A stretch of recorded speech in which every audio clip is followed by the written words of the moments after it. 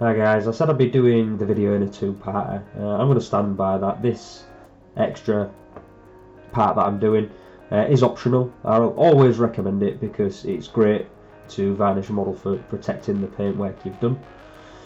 And this extra step really does help with the washes. Now, the washing we've done up to now, the bits, the fleshy areas, things like that, we've done without varnish.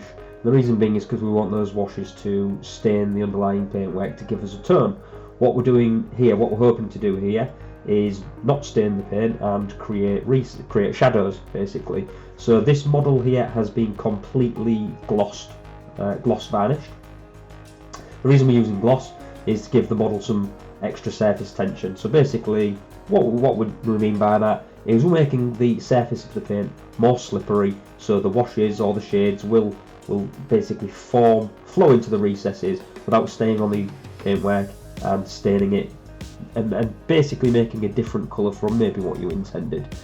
So as you can see here, I'm just using, for the cloak, Agrax Earthshade. I'm using the gloss version, but because we've already glossed the model, you can use the standard version. I have a little bit of red tone or Carrisbore Crimson if you're using Citadel range.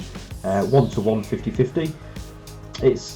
I always like to add some of the colour that I'm going to be using to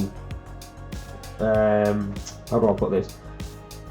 I like to add the colour of the shade I'm going to be using to whatever colour I'm covering. So the parts of the red cloak, I use Crimson mixed with Agrax Earthshade. When I move on to these armoured parts, you'll notice that I'm using Agrax Earthshade, and I mix that 1:1 with Militarum, Camo or Green Shade, whichever range you're using. With the rust parts, I'll just use Agrax Earthshade. I believe I use a little bit of Reichland Flesh Shade, or maybe even just Agrax on the metallic copper parts. So yeah, as you can see here, what I'm doing is I'm just basically putting this wash into the recesses to give us more definition, to give us more contrast than even what the contrast paint I've done. What I will then do is, after I've done this stage, I will then varnish the model an extra time using matte varnish. The reason being is because I simply do not like the glossy look of models. If you prefer the glossy look or a satin finish, whatever, you know, it's personal preference. I use Vallejo with an airbrush, or you can even just thin the varnishes down and paint them on by a brush, as long as you don't let it pull too much. I've not used the Citadel ones in years, but I've heard some really promising things about how easy they are to use and how they've improved them greatly. So yet again, that's all down to personal preference. So yeah, that's really just finishing off this model. As I say, this was more just an addition. You don't need to do this step. I'd highly recommend it. As you can see, it does add a little bit more depth to the model. I think it makes it look, I do think it's worthwhile.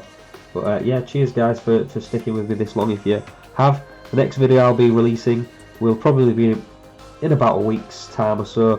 What I will do is I will do the Primaris Captain from the Dark Imperium box set and show that this technique can be used on power armors as well, because there are a lot of people out there who do believe that this technique, or contrast paints in general, are not good on flat or smooth surfaces like power armor. This guy's got power armor on him, works brilliantly. I'll show how it can be used on a more cleaner power armored model like the Primaris Captain if people are interested in that.